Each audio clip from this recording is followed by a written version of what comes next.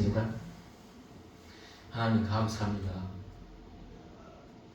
죽을 수밖에 없는 저희를 살려주시고 또한 이처럼 하나님의 예배자로 세워주신 정말 감사합니다.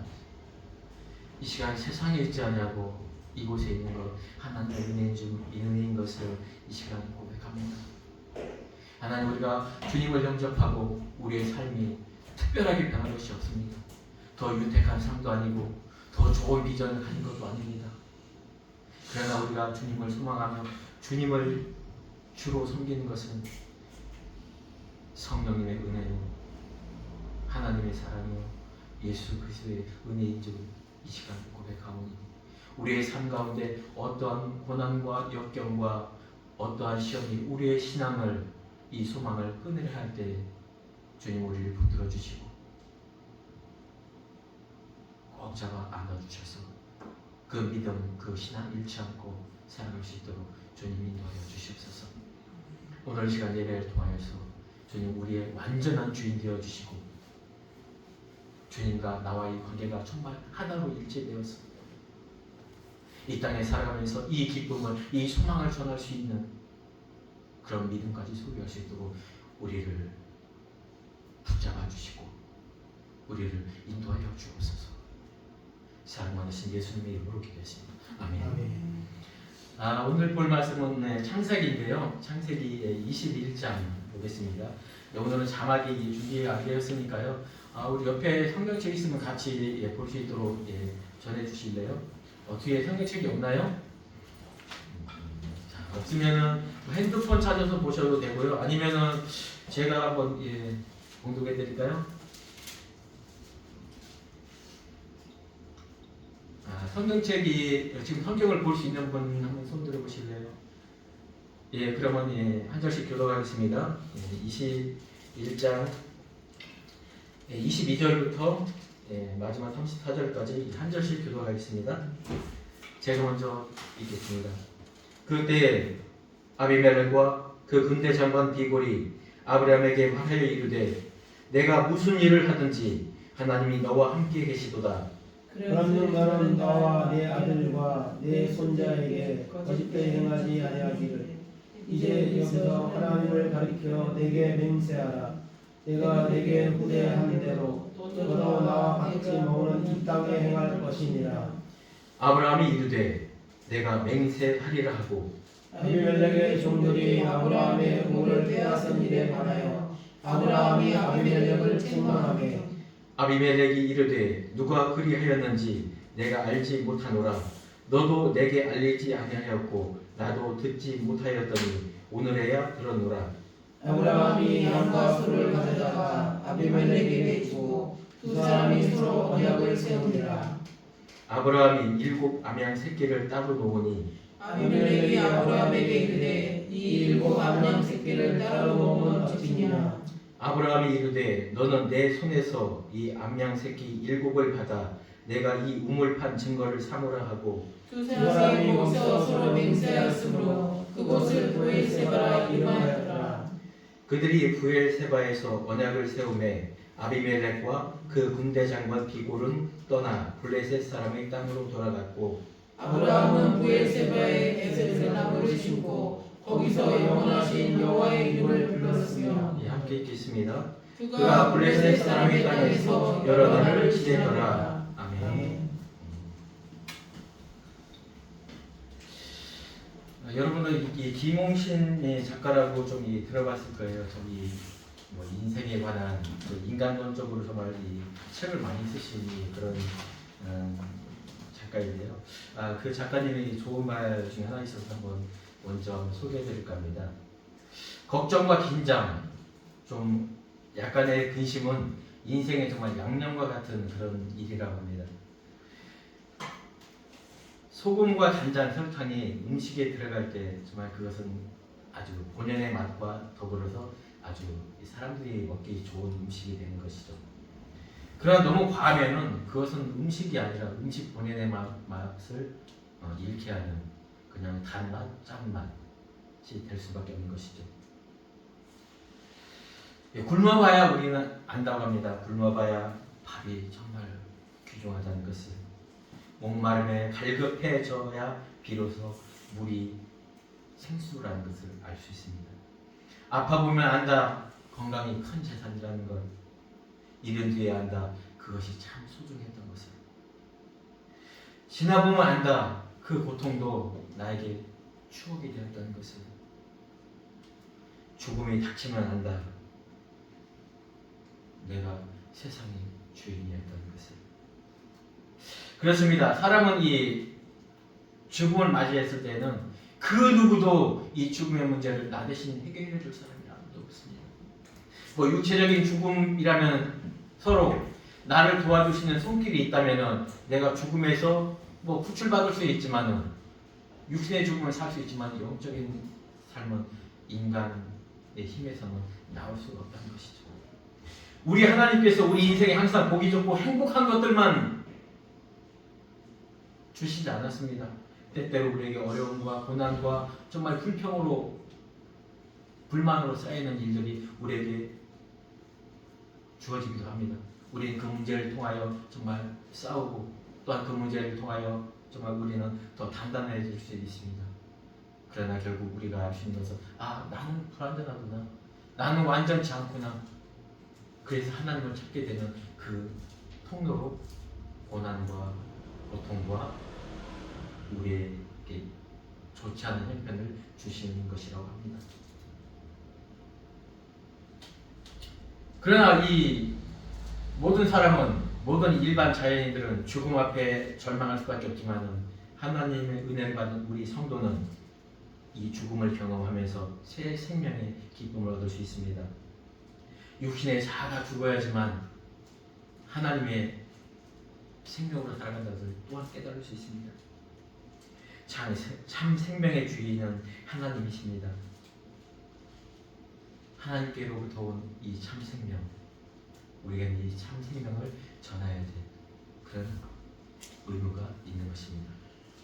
이전 본문에 정말 이전에는 정말 이 애굽 여인 하갈이 정말 이스마엘 아주 장성한 아들을 데리고 브엘세바 광야로 쫓겨납니다. 그에게는 물과 포도주와 정말 빵 조각이 있었지만 그것은 다 떨어졌죠. 그래도 주인인 아브라함이 나를 찾아오겠지.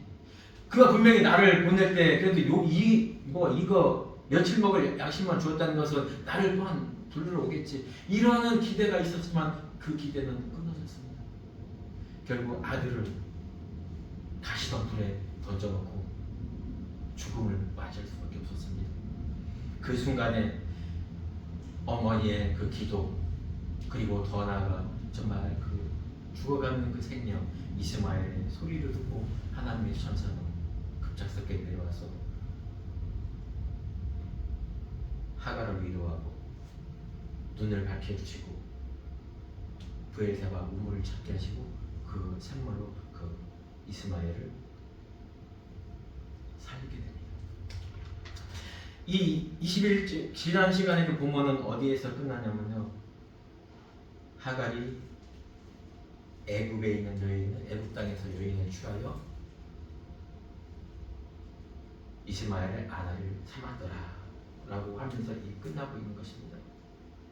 이것은 무엇을 뜻하냐면요, 정말 하나님과 이스마엘이 함께 계시는 동안에 정말 이스마엘은 참 잘 장성했습니다. 그래서 그 영향력이 정말 그 아라비아 반도에까지 미쳐 정말 애굽 근처까지 이르렀습니다.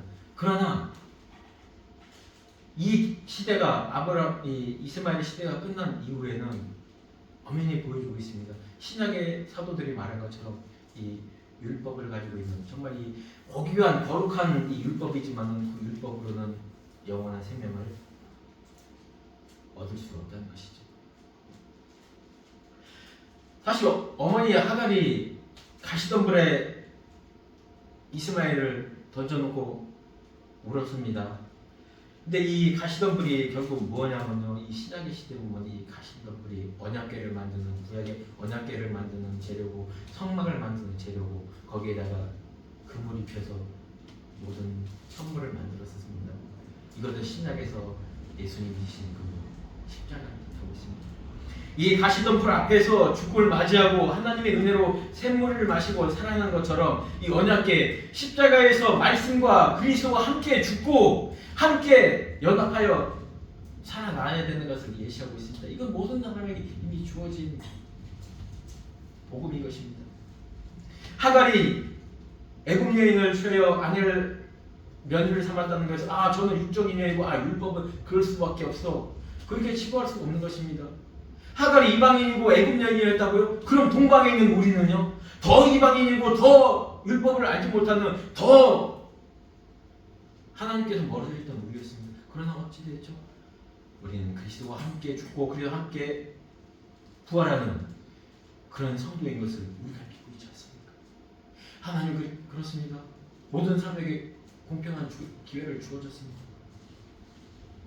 하나님이 베풀어야 될 그 은혜, 그 공평한 기회를 우리에게 지금 맡기신 거예요. 하나님이 승천하면서 이 땅에서 십자가를 지시고 다 이루었다 하실 그때는 이 땅에서의 하나님의 지상의 임무를 수행하시고 승천하시면서 우리에게 그 사명을 전해주었던 것입니다. 가상 시간의 마지막 말씀이 무엇이죠? 주님, 하나님 아버지요, 내 영혼을 부탁하나이다. 스데반도 그랬습니다. 성령을 받고 하나님 그리스도를 영접한 그 스데반의 마지막 말도 자기에게 돌을 던져 죽이는 그들을 향해서 저들의 죄 용서하시옵소서, 아버지 내 영혼을 받아주옵소서. 우리도 그러한 삶을 살아야 됩니다. 우리도 그리스도의 복음을 전하면서 이 땅에서 하나님께서 주신 그 사명을 잘 감당하면서 때로는 돌에 맞아 죽는 아니면 핍박을 받는 그 상황이 있다 할지라도 우리는 그들을 저주하거나 그들을 미워하지 아니하고 하나님 저들의 죄를 용서하옵소서, 하나님 내 영혼을 받으옵소서, 이렇게 고백하는 성도가 되어야 될 것입니다. 오늘 말씀은 이 하갈과 이스마엘에게 맹세했던 언약을 이루는 그 부엘세바에 따르면 오늘은 아브라함에게 주어진 이 부엘세바라는 이 언약의 우물은 어떤 의미를 갖는지 한번 생각해 보겠습니다. 20장에 정말 우리가 너무 잘 아는 사건이 있었죠. 어떠한 사건이었는지 성경에 정확하게 기록되어 있지 않지만은 신학자들은 그렇게 말합니다. 성경의 그 뒷부분 23장, 24장을 보면은 그 헤브론이라는 사실을 그 아모리 족속의 땅이었는데 해쪽 속으로부터 그 땅을 샀다고 합니다. 그것으로 봐서 그 당시 헤브론에서 이주할 수밖에 없었던 그 가장 큰 이유 중에는 목초지도 있었지만 가장 큰 것은 해쪽 속의 침입으로 그 헤브론 땅이 점령이 되어서 아브라함은 자기의 재산과 생명의 보존을 위해서 어쩔 수 없이 떠나게 됐다는 것으로 기록하고 있습니다. 그 20장에서 어떤 일이 있었죠? 분명히 그 전장에 아들 이삭을 내년 이맘때 낳으리라, 그의 이름을 이삭이라 하라. 정말 그런 확실한 그런 증거를 받았음에도 또다시 그 아브라함은 자신의 아내 사라를 누이라고 이야기하면서 아비멜렉에게 그를 주어버립니다. 근데 참 이상하죠. 아니 그 아비멜렉이 그 왕이라면은 그 당시 뭐 30대 되는 20대 되는 젊은 사람들도 많을 텐데 왜 사라를 취했었을까요? 그건 사실 마지막 절에 나와 있습니다. 하나님이 이왕에 하나님이 이미 아브라함이 그 언약을 갖고도 이미 그 자리를 떠날 수밖에 없는 그런 상황을 이미 알고 있었다는 거죠. 그때부터 이미 그 약속을 한 이후부터 1년 전부터 그 그랄 땅에는 모든 태가 닫혀 있었던 것입니다. 어떻게 보면 아비멜렉은 새로운 지역의 여인을 통하여서라도 아들을 낳고 싶은 그런 마음도 또한 있었을 것입니다.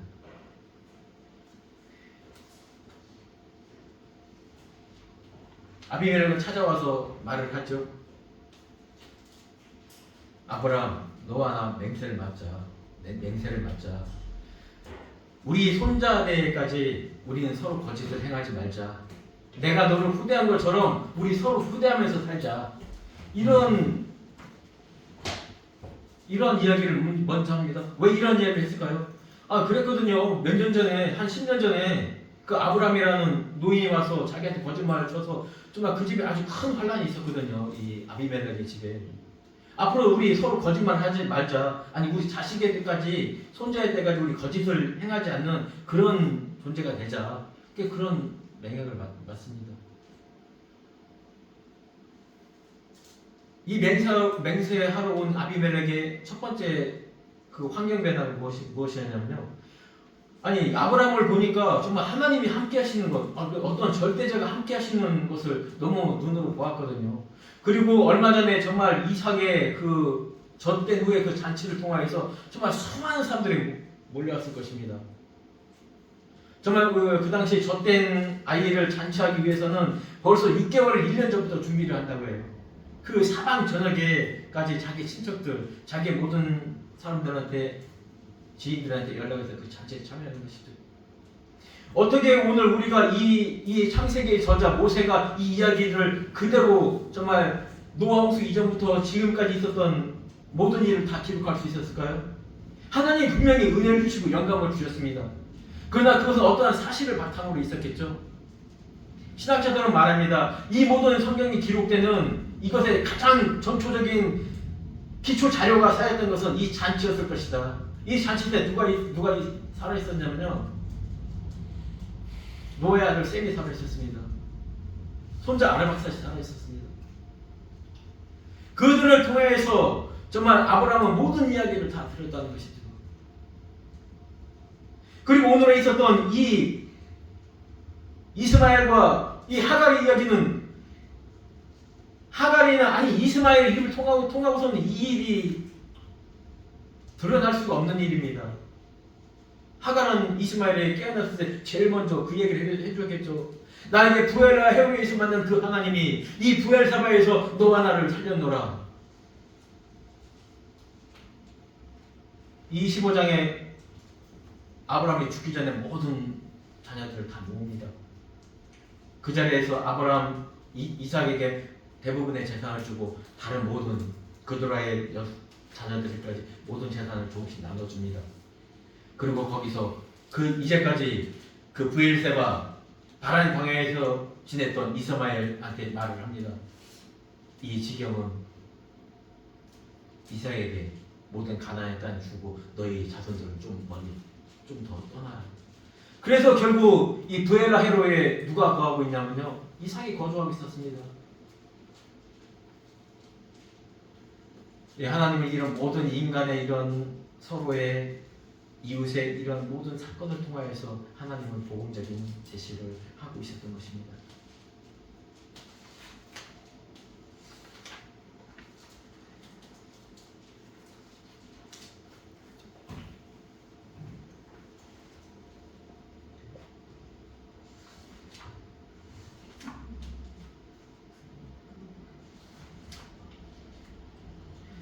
어떻게 보면 우리 주위에는 참 우리가 감당할 수 없을 만큼 그런 존재들이 사실 많이 존재해요. 어떤 때는 어떻게 저런 사람이 있을까? 나와는 정말 같이 살 수 없는 그런 존재들이 많이 있습니다. 그러나 한편으로 보면요, 다른 사람도 나를 그렇게 볼 수가 있어요. 그런데 우리는, 하나님은 그러한 존재들을 함께 살게 하고 계십니다. 가장 큰 사랑은 나의 원수를 용서하는 것이라고 합니다. 과연 우리는 나에게 원수진 그 사람을 향하여 어떠한 마음을 가지고 있나요? 하나님은 죄와 원수된 그런 거룩한 분이시지만은 우리를 살리시기 위하여 하나님은 이 땅에 오셨습니다. 이 언약을 맺은 다음에 아브라함 말합니다. 아비멜렉에게, 사실 네가 나한테 후대한 거 맞아. 나에게 사라에게 1000개도 주었고 나에게 어느 정도 보상으로 정말 양과 많은 여러 재물도 나한테 주었어. 그런데 있지, 내가 생명을 걸고, 사실 그 광야에서 그 오아시스 샘물이라는 것은 그냥 기본 샘물 하나가 아니에요. 그것은 삶의 터전이고 그것은 지금의 어느 중견 기업과 하나 마찬가지입니다. 그런 우물을 계속 빼앗기면서 이 아브라함은 지내고 있었어요. 그것에 대해서 이 아비멜렉이 맹세를 맺으러 오기까지 아무런 대꾸를 하지 않았어요. 그 많은 것을 빼앗기면서. 과연 우리는 어떻습니까? 지금 나에게 나의 이 기득권을 내가 이득 볼 것을 남이 가져간다면 우리는 어떻습니까? 오히려 그들을 싸워서 이겨야 된다는 것. 어떻게 보면 우리나라 경제 발전에 대한 80년대부터 그렇죠. 하나님을 믿는 사람이 이 세상을 지배해야 된다. 하나님을 믿는 사람이 이 땅에서 잘 살아야 되고 이 땅에서 모든 기득권을 가져야 된다. 그런 것들이 우리나라 한 20년 동안 산지에 있었어요. 어떻게 보면 정말 우리나라 초대 교회 이 선교사들의 그 피땀 흘린 그 희생으로 일구어왔던 이 교회의 터전에 자본주의와 일제시대의 그 친일주의들이 스며드는 피할 수 있는 곳이 되었던 것이 바로 이 교회였습니다.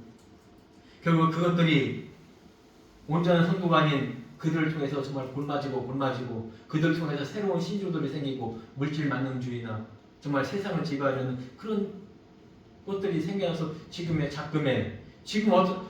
어떻습니까? 교회를 보는 눈이 세상 사람보다 더하다고 하죠. 이제는 변화해야 됩니다.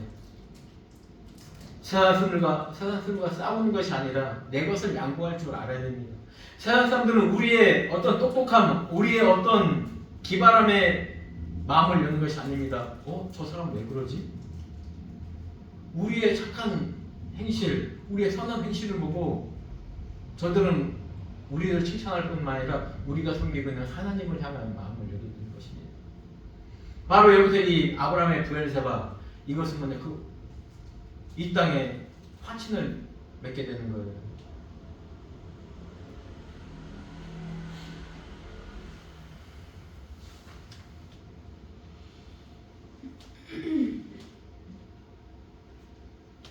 결국 맹세의 관습을 통하여서 그 형식을 취하여 정말 이 둘은 언약을 맺습니다. 맹세를 맺습니다. 서로 화친하기로, 손자에게까지 이르기로. 그리고 거기에 우리가 왜 둘이 그 언약을 맺는데 왜 군대장은 비굴이 왔을까? 이거 왜냐면요, 증인이 있어야 돼요. 둘만이 이 언약을 세우면은 증인이 없잖아요. 그래서 이 비굴이 존재하는 거예요. 비굴이란 이 제3의 인물이.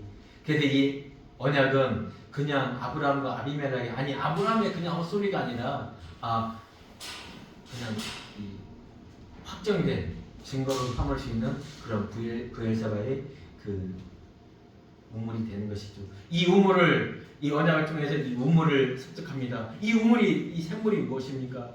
이 브엘세바, 이 언약의 샘물이라는 것은 어떤 존재일까요? 아브라함에게는 하나님의 언약을 이루신 성취한 그 우물을 가지고 이 우물의 주인이 되어서 블레셋에 그 땅에 아주 오랜 시간 동안에 그곳에서 하나님의 이름을 부르며 선포했다고 했습니다. 여기서 이름 불렀다는 이 카라라는 것은요, 선포했다는 거고 기도했다는 것입니다. 기도는 뭔가 중재예요.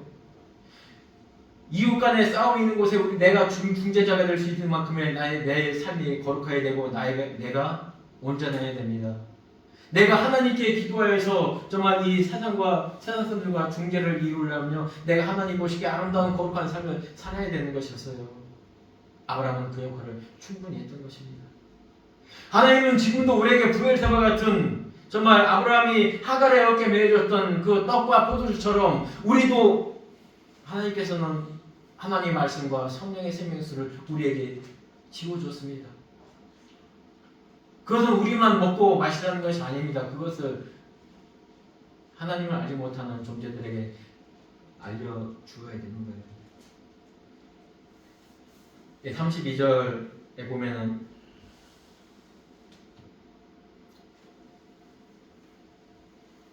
아비멜렉과 군대장관은 블레셋으로 돌아갑니다. 이로써 완전한 브엘세바 그 우물의 주인은 아브라함인 것입니다. 에셀나무를 심고 영원하신 여호와의 이름을 불렀으며, 에셀나무라는 것은 사실 이 사전을 찾아보니까요, 위성류라고 하는데 침엽수 같지만은 화렵수. 그래서 생명력이 아주 강해서 그냥 모래 땅에서도 살 수 있고, 이 나무의 수명이 100년 가까이 이르는 그런 장구한 아주 튼튼한 그 생명력을 가진 나무라는 것입니다. 이것은 뭐냐면 아비멜렉 블레셋 사람들이여 보아라, 이것은 너희의 왕과 나와 맺은 이 언약의 장소, 이 브엘세바, 이 오아시스야. 이곳에 아브라함은 그 장막을 치고 그것을 성전 삼아서 지내는 것이에요. 12장 8절에서는 베델 동쪽에 정말 장막을 치고 제단을 쌓고 여호와 이름을 부르며 살았습니다. 그러나 남방으로 옮겨 그 기근에 먹게 된 남방으로 이동해버리죠. 남방으로 이동해서 정말 육신의 양식을 얻었지만은 또 다른 문제를 안고 옵니다. 하갈을 안고 오게 됩니다. 13장 18절에서는 헤브론에 와서 얼마나 정말 하나님과 연합된 생활을 했는지 몰라요. 그런데 여기서도 문제가 생기죠. 어떤 문제였을까요? 양식의 모자람이 아니라 생명의 잉태가 안 되는 잉태의 기근이었던 것입니다. 결국 하갈을 통하여 잘못된 또 다른 문제를 낳게 되죠. 그러나 비로소 이 21장에서 이삭을 낳으면서 이 모든 문제는 해결됩니다. 영원하신 여호와의 이름을 부르며 거기서 아브라함은 그 모든 사명을 잘 감당합니다. 그렇다고 사실 이 언약이 완전히 이루어진 건 아니에요. 이삭이 죽었다가 다시 살아나죠. 다음 장에서 이스마엘이 죽었다가 그 새로운 복음을 얻었듯이 이스마엘도 죽습니다. 사실 죽진 않았지만 사실 죽음과 마찬가지, 죽음으로 하나님께서 인정하신 거예요. 아브라함이 칼을 들고 이삭의 번제단에서 칼을 꽂으려는 그 순간에 말리십니다. 이미 네가 아들을 나한테 바친 거로 하나님 인정해 주신 거예요. 이들은 아브라함과 이삭은 또 똑같이 이 부활의 신앙을 가지고 살게 됩니다. 이 신앙에서 7교회에게 전해준 그 메시지가 있죠. 이 장막생활, 이 족장생활의 교회를 대표하는 서머나 교회입니다. 서머나 교회에게 말씀하시기를 죽었다 살아나시니가 너에게 말씀하시니라. 죽음을 경험한, 죽음과 삶을 경험한 그들에게 하나님은 죽었다 살아나신 이로 말씀하시는 것입니다. 여러분, 우리가 최소한 하나님의 성도라면은 최소한 우리의 삶과 우리의 죽음에 관해서는 하나님과 같은 마음을 가져야 되지 않을까요? 그리고 말합니다. 너희에게 장차 정말 큰 시험이 오고 고난이 올 것이다. 그러나 그걸 견디면은 생명의 면류관을 받을 것이다. 정말 족장 시대의 마지막 요셉은 그 면류관을 받습니다. 우리에게는 하나님을 섬기며 영접한 우리에게는 기쁨도 있지만은 반드시 뒤에 찾아오는 것이 우리에게는 받을 고난이 있다는 것입니다. 주님이 이 땅에서 고난을 받고 죽으시고 부활하신 것처럼 우리 또한 우리에게 준 이 새 생명을 시기하고 질투하는 그 마귀로부터 오는 세상으로부터는 그 모든 고난과 멸시 또한 이겨내야 될 것입니다. 기도하겠습니다. 하나님 감사합니다.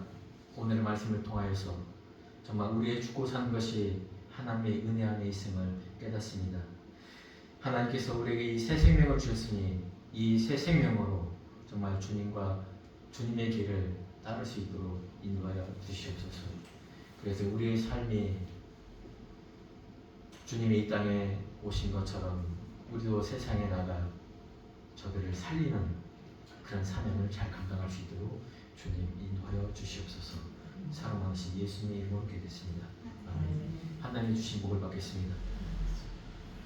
지금은 우리 주 예수 그리스도의 은혜와 하나님의 무한하신 사랑과 성령님의 감화, 교통, 인도하심이 이 자리에 있는 모든 성도들 머리 위에 영원토록 함께 하실지어다. 아멘.